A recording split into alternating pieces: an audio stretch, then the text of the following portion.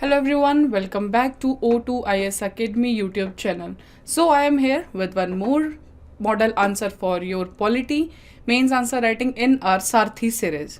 So to download the PDF of this lecture, you can subscribe to our Telegram channel.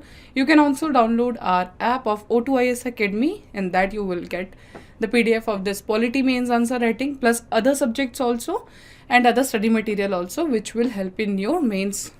So let's start with our today's model answers. So the question for the day is, the role of individual member of parliament has diminished over the years, and as a result healthy constructive debate on policy issues are usually witnessed. How far can this be attributed to the anti-defection law, which was legislated but with a different intention?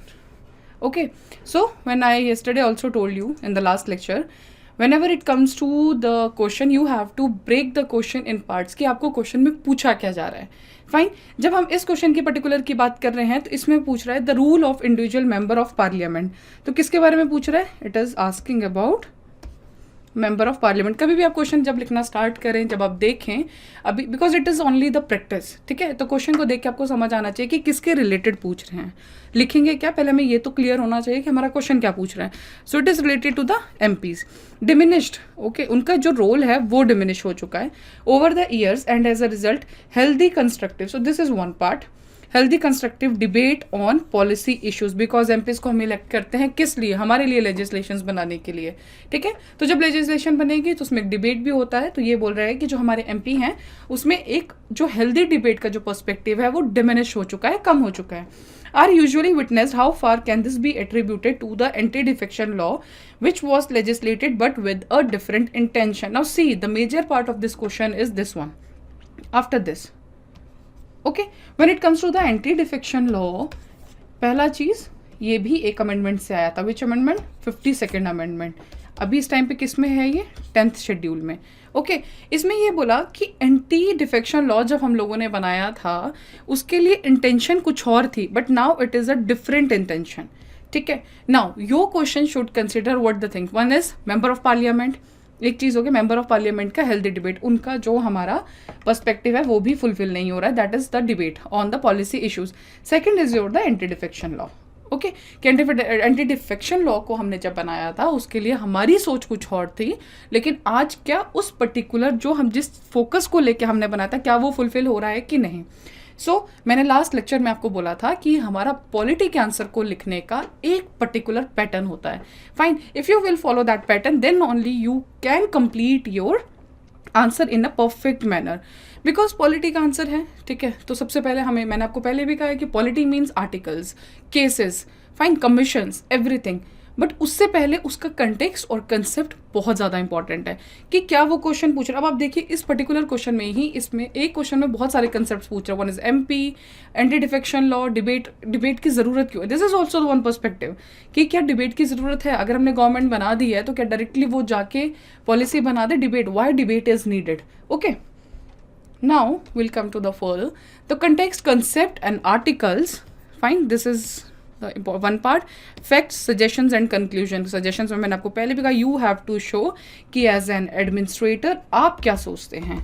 Fine, आपका कैसे है, आपको भी इसमें बहुत ज़्यादा clear आपके suggestions में दिखना चाहिए. Conclusion should always be balance. आप बिल्कुल पॉजिटिव नोट पे नहीं जा सकते, आप नेगेटिव नोट पे नहीं जा सकते. You have to be balance कि ठीक है जो गवर्नमेंट कर रही है वो भी सही है but this can be done. So this is type of the conclusion you have to draw in your answer. आप बिल्कुल अगेंस्ट ऑफ द गवर्नमेंट भी नहीं जा सकते एंड विद बिल्कुल फेवर में भी नहीं. You have to be very much balance when you write your conclusion. Okay, so when it comes to the points, कैसे हम इस क्वेश्चन को एक कैरी आउट करेंगे, हम इस क्वेश्चन को कैसा लिखना शुरू करेंगे. फाइन, सो पहले हम लिखेंगे इंट्रो में कंसेप्ट. अब कंसेप्ट में क्या आएगा, जो पहला क्वेश्चन का पहला पार्ट है दैट इज एमपीज, ठीक है.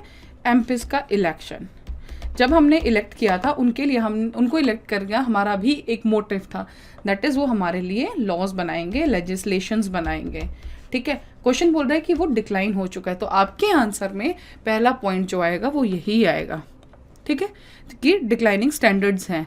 वाई अब वाई में जो इसका आंसर होगा, you have to address anti defection law की वजह से, ठीक है। एंटी डिफेक्शन लॉ कैसे रोल प्ले करता है, आपको ये चीज़ बहुत क्लियर होना चाहिए कि जो हमारा एंटी डिफेक्शन लॉ आया उसको बनाने के पीछे जो हमारा रीज़न था, हमें चाहिए था लेटर ऑन, एक मैं स्लाइड में आपको इसको भी डिस्क्राइब करूंगी कि जो हमारे रिजल्ट है हमने क्या सोचा था, ठीक है, लेकिन हुआ क्या। फाइन, प्रॉब्लम क्या है कि जब एंटी डिफेक्शन लॉ हम अप्लाई करते हैं तो पावर किसके पास है, पार्टी के पास।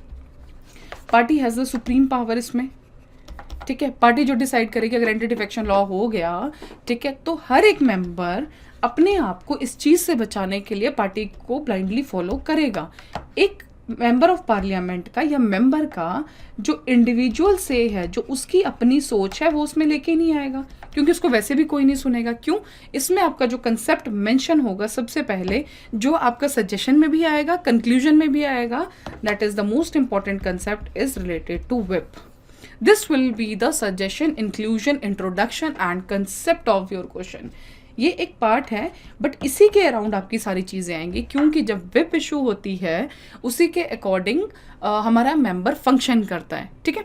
सो अगर विप को फॉलो नहीं करेंगे तो एंटी डिफेक्शन लॉ आ जाएगा। So basically anti defection law के अनइंटेंडेड रिजल्ट जो उसने क्वेश्चन में पूछा वो क्या है, पार्टी का जो कंट्रोल है वो इंक्रीज हो चुका है, centralisation power of power in the party, MPs became just a member, no individual से नो एफर्ट। जब आपकी बात का कोई मोल ही नहीं है, आपको सुना ही नहीं जाएगा, तो आप मेहनत भी क्यों करेंगे। ये आप पर भी एप्लीकेबल है, सेम एज हमारे मेंबर पे भी एप्लीकेबल है, ठीक है। सो जो हमारे पॉइंट्स होंगे तो ऐसा हमारा आंसर चलेगा। नाउ विल स्टार्ट, ठीक है। तो context same as declining standards of debate आप बताइए उसमें पार्लियामेंट में, declining standard law making of parliament, because जब कोई डिबेट ही नहीं होगा तो उसके ऊपर लॉ कैसा भी बने किसको फर्क पड़ रहा है, वो तो बन ही जाएगा, जैसा पार्टी ने सोचा है वैसा ही बन जाएगा, ठीक है। 10 शेड्यूल को आप इसमें मेंशन कीजिए, क्योंकि डिक्लाइन स्टैंडर्ड क्यों हो रहा है, बिकॉज डिक्लाइनिंग स्टैंडर्ड का जो अल्टीमेट रिजल्ट है वो क्या है, 10 शेड्यूल के ऊपर इसने फोकस किया। क्वेश्चन ने ऐसा पूछा, रीजंस में भी कुछ और भी हो सकते हैं, ठीक है, but as per the question the demand is these two things, okay. So lack of the healthy debate due to whip issue, this is very important part, because मैं आपको इंपॉर्टेंट क्यों बोल रही हूँ कि this will include in your suggestions also. आपकी जो suggestion होगी उसका भी एक पॉइंट ये होगा, ठीक है। इंटेंडेड रिजल्ट, जब हमने एंटी डिफेक्शन लॉ, अब देखिए जब आपने इंट्रोडक्शन लिख दिया, सो इंट्रोडक्शन का पार्ट हुआ इतना, but now when you will explain, तो पहले आप एक्सप्लेन करेंगे कि जब हमने एंटी डिफेक्शन लॉ बनाया था रिलेटेड टू द मेंबर्स, उसमें हमने क्या सोचा था, हमने सोचा था पॉलिटिकल स्टेबिलिटी आएगी, ठीक है। अगर कुछ गलत वो हो रहा है तो उस चीज़ को हम रोक सकेंगे, बट हमने कभी भी ये नहीं सोचा था कि वो एक पॉलिटिकल पार्टी की पावर को ही इंक्रीज कर देगा, मीन्स टोटल जो सुप्रीम उसमें कंट्रोल आ जाएगा वो पार्टी का होगा। That was not thought during that process. So सोचा क्या था, intended result was political stability, unintended result is freedom of party, okay. So ये दो चीज़ें आपके जो मेन बॉडी पार्ट है उसका कुछ आंसर का, उसमें ये मेंशन होगा। Then it will come to the suggestion. मैंने आपको पहले भी कहा कि सजेशंस में आप लिखे, इसमें एक सजेशन मैंने डाला है, वो भी इसलिए डाला है because I was talking about the whip. Whip should be issued in non confidence motion only, okay. अभी व्हिप अब क्या हो रहा है कि कभी भी कुछ सी व्हेन विल, ये व्हिप वाला जो कंसेप्ट है इसको अपने ज़्यादा एलेबरेट नहीं करना, it should be the suggestion normal part कि जो पावर है या जो डिस्कशंस डिक्रीज हो गई हैं वो क्यों होता है, क्योंकि ऑलरेडी व्हिप इशूड है, उसी के ऊपर उनको वोट करना है। सो सजेशन में भी ये चीज़ आ जाएगा, ठीक है, कि सिर्फ जब नॉन कॉन्फिडेंस मोशन की बात आती है उस टाइम पे पार्टी विप इशू की जाए, बाकी चीज़ों में विप इशू नहीं करें। अकॉर्डिंगली आप और सजेशंस भी इसमें डाल सकते हैं, fine. So next is our model answer, जो आपको जब आप PDF डाउनलोड करेंगे उसमें आपको मिल जाएगा। So it will same go to the individual MPs के ऊपर क्या है, देन 10 शेड्यूल की बात आएगी, 52nd अमेंडमेंट में आएगा, वॉलंटरली गिव्स अप मेंबरशिप, इसमें थोड़ा सा इसने एक्सप्लेन किया हुआ है, fine. Then you can read this and the conclusion में conclusion will be the part regarding to the whip, okay। MPs की पावर में इंक्रीज, MPs की पावर में इंक्रीज नहीं बोल सकते हैं हम, इसमें बोलेंगे डिस्कशन में या पार्टिसिपेशन में उनकी जो से होगा उसको थोड़ा वैल्यू किया जाए, fine. So that's all with this particular question. So once again I'm here with you with the practice questions. So let's start, but in today's practice questions I'll tell you some points which you can include in your model answers, okay। So the question is, recent directives from Ministry of Petroleum and Natural Gas are perceived by the Nagas as a threat to override the exceptional status enjoyed by the state. Discuss in light of Article 371A of the Indian Constitution. Okay अब देखिए, अब इस question को जब आप देखेंगे, आप इसमें देखिए कितनी चीज़ें पूछे. एक स्टेप जो मिनिस्ट्री ऑफ पेट्रोलियम ने लिया, किसके ऊपर, ट्राइब का एक मेंशन है, दैट इज नागा. सो 1 2, ठीक है. एंड जो पॉलिटिकल से क्वेश्चन कैसे बन गया, because they mention article 371A. तीन चीज़ें आपको इस क्वेश्चन में बताना है. अब इसमें आपको ये भी बताना पड़ेगा, बिकॉज मिनिस्ट्री ऑफ पेट्रोलियम का कंसेप्ट है, कुछ है नागास के ऊपर कैसे, तो ये must be should be some current expect, तो आपको पहले वो मेंशन करना होगा. ठीक है. उसके बाद सेकंड है नागास, तो नागास ट्राइब है, तो इसमें आपको पर्टिकुलर नागा का नाम तो लिखना है, but there should be some particular rights या सम इम्पॉर्टेंट या some special things which are meant with the tribes. You have to mention this also. ठीक है. थर्ड आर्टिकल 371 है, आपको इसमें भी ये बताना होगा कि 371A के अंडर सी स्पेशल ट्राइब्स, और इसको इस पॉइंट को आप क्लब करके आप एक चीज़ बना सकते हैं कि 371A के अंडर कौन सी स्पेशल ऐसी पावर्स हैं या राइट्स हैं जो एक पर्टिकुलर स्टेट को या ट्राइब को दी गई हैं. सो you have to explain article number 371A in detail here. Okay. So how will start with the answer. Same context, concept, facts, figures, then suggestion. This should be the flow with the conclusion.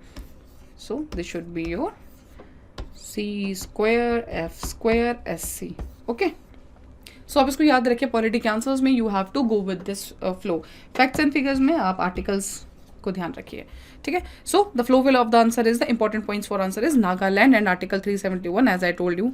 What are the resources in Nagaland. See, अब जब बात आती है अब जो GS के questions है, they are not purely of polity और प्योरली ऑफ साइंस और purely of any particular subject. अभी बहुत लिंक्ड क्वेश्चंस आ रहे हैं. ठीक है. सो जब आपको बात आई इस क्वेश्चन की, so you have to explain somewhat की रिसोर्सेज इन नागालैंड क्या है. ठीक है. उसके बाद ऑर्डर्स ऑफ एमओपीएनजी मैंने आपको कहा कि करंट स्टेटस क्या है. ये पुराना क्वेश्चन है, सो अभी, but this is the just a practice जिससे आपको ये समझ आए कि अगर कोई करंट एक्सपेक्ट में क्वेश्चंस आते हैं तो you have to mention that point कि why this particular question in our paper. Okay, then you have to mention the legal status. I will not tell more things about this, but I'm just telling you कि आपको कैसे कैसे इसको explain करते हुए जाना है. ठीक है. सो नागालैंड आर्टिकल 371 आपको ऐसे पता करना होगा. When it comes to the resources in Nagaland, it's up to you कि आप उसको फ्लो चार्ट में बताएं, और you can also draw a map, और बहुत ब्रीफ में छोटा सा पार्ट कि हाँ यू ऑल्सो नो कि why Nagaland is the main point for this question. Okay. Next question is, constitutional mechanism to resolve the interstate water disputes have failed to address and solve the problems. Is the failure due to structural or process inadequacy or both? Discuss. Now, इसमें हमारा जो पहला concept है वह है interstate water disputes के ऊपर, and ये आपको पता ही अभी तक भी चल रहा है. सो इंटरस्टेट वाटर डिस्प्यूट मतलब इंटरस्टेट रिलेशंस. ठीक है. सो इसमें भी वही पॉइंट्स हम कैसे सर, जब इंटरस्टेट वाटर डिस्प्यूट के ऊपर आएगा तो डायरेक्टली हम स्विच कर जाएंगे एक्ट ऑफ 1956 के ऊपर. उसके बाद उनके लिए ट्रिब्यूनल्स बनाए गए, अवार्ड्स, इनएडिक्वेसी क्यों है, उसका असेसमेंट क्या होगा, इन सब के ऊपर हमारा क्वेश्चन का फ्लो चलेगा. ठीक है. Next is, discuss the recommendations of the 13th Finance Commission which have been a departure from the previous commissions for strengthening the local government finances. See, you have to mark the point कि question आपसे क्या पूछ रहा है. It is finances, local government के finances. कहाँ से? 13th Finance Commission से आपको आना है अभी तक. ठीक है. सो आपने क्या करना है, इसमें इंपॉर्टेंट पॉइंट्स कैसे आप चलेंगे. पहले आप नॉर्मल इंट्रोडक्शन लिखेंगे कि 13th फाइनेंस कमीशन क्या बोल रहा है. उससे भी पहले आप लिखेंगे कि लोकल गवर्नमेंट को लेके कंसेप्ट, फाइनेंसेस को लेके कैसा है. You don't have to explain there the political concept of the local government और something else. You have to explain only financial वाला part. Okay. Then it will come to the 13th finance commission को आप उसमें address करेंगे कि उसमें particularly क्या बोला गया है. Then you will explain the 2 types of grants. उसके बाद 9 कंडीशन जो 13th फाइनेंस कमीशन के अंडर आई हैं वो आप एक्सप्लेन करेंगे. इसी के अंदर आपके 200 वर्ड्स आराम से हो जाएंगे. Then you have to give again, जो मैं आपको हमेशा से बोल रही हूँ कि suggestions as an administrator, and that will form your conclusion. One more important point I'll tell you, whenever you give suggestions, okay, just make sure you conclude answer with your suggestion also, because your suggestion should be the part of your concluding answer. Okay ऐसा ना हो ना कि आपने suggestion दे दिया और बाद में आप ही अपने सजेशंस को कंक्लूजन में नहीं डाल रहे. यू शुड मेंशन देयर कि हाँ, अगर आप जो मेरी दी हुई सजेशन है उसको आप अप्लाई करते हैं तो उस पर्टिकुलर से क्या चेंज हो सकता है. ठीक है, सो ये आपको ध्यान रखना होगा इस क्वेश्चन में मतलब सभी क्वेश्चंस में. सो द लास्ट 2 क्वेश्चन, इसमें पॉइंट्स नहीं है, इसको आप खुद लिखिए. बाकी क्वेश्चंस भी आप खुद ही लिखेंगे, but you have to figure it out कि कैसे पॉइंट्स आएंगे, कैसा आपका फ्लो चलेगा. मैंने आपको पहले भी बोल दिया, C2 से चलिए F2 S5. C मैंने आपको बोला context, concept, facts and figures, and then suggestions, then conclusion. C2 में क्या गया, context, then concept, facts and figure में आप जब बात फैक्ट्स और फिगर्स की आती है तो उसमें आप डालिए आर्टिकल्स, कॉन्स्टिट्यूशनल अमेंडमेंट्स या कमीशंस. ठीक है, इसमें भी आप 2 चीज़ें डाल सी, you can mention S2 here, तो इसमें आप डाल सकते हैं सुप्रीम कोर्ट की कोई जजमेंट, एंड देन आप डाल सकते हैं क्या, suggestions, and this is our conclusion. So 1 2 3 4 5 6 7, so these 7 points will make your answer. Okay, so besides being a moral imperative of a welfare state, primary health structure is a necessary precondition for sustainable development comment. So this is again a welfare state का जब concept आया तो हमारे constitution में जब भी welfare state का concept आता है, that is all related to question बोल रहा है DPSP. ठीक है, उसके बाद अब फर्दर उसके साथ कैसे भी करिए, बट जो आपका मेन सर्कल है दैट इज DPSP. अब उसके साथ आप क्या लिंक करते हैं, that is your way of writing the question. ठीक है, whether the National Commission for Scheduled Caste can enforce the implementation of constitutional reservation for the scheduled castes in the religious minority institutions examine. See, when it comes to this explanation, NCSC की बात की गई है इसमें scheduled caste को लेके, तो आपको भी उसी के साथ घूमना है, and this is with the religious minority institutions. ठीक है, तो अब आप इन दोनों क्वेश्चंस को प्लस जिनके आपको मैंने पॉइंट्स ऑलरेडी एक्सप्लेन कर दिए हैं, so these are 5 questions for your practice. And I just hope कि आपको ये पर्टिकुलर फ्लो जो पॉलिटी का भी हम चला रहे हैं, सी यू ऑल नो कि what to write, but how to write will make your answer more good and perfect. किसी को मैटर सेम होगा, आर्टिकल सेम होंगे सबके, but how you present your answer will give you more marks. If your answer will be in a correct flow, fine. ऐसा नहीं है ना कि आप पहले कंटेक्स्ट पे चले हुए हैं, पहले कंसेप्ट, आपका ही आंसर बहुत हैप्पीजार्ड है. So this is also the issue. Okay, यहाँ पे आपके मार्क्स आपके लूज होंगे. So in that case you should know what will be the proper flow of your question. आप पहले उसको एड्रेस कीजिए.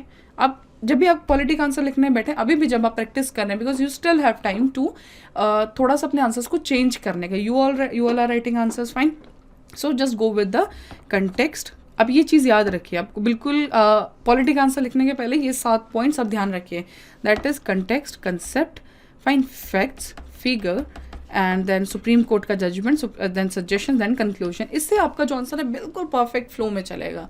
ठीक है, सो एग्जामिनर को भी वो फ्लो अगर आपके आंसर्स में देखेंगे, दैट विल जस्ट एक इम्प्रेशन है वो, फाइन.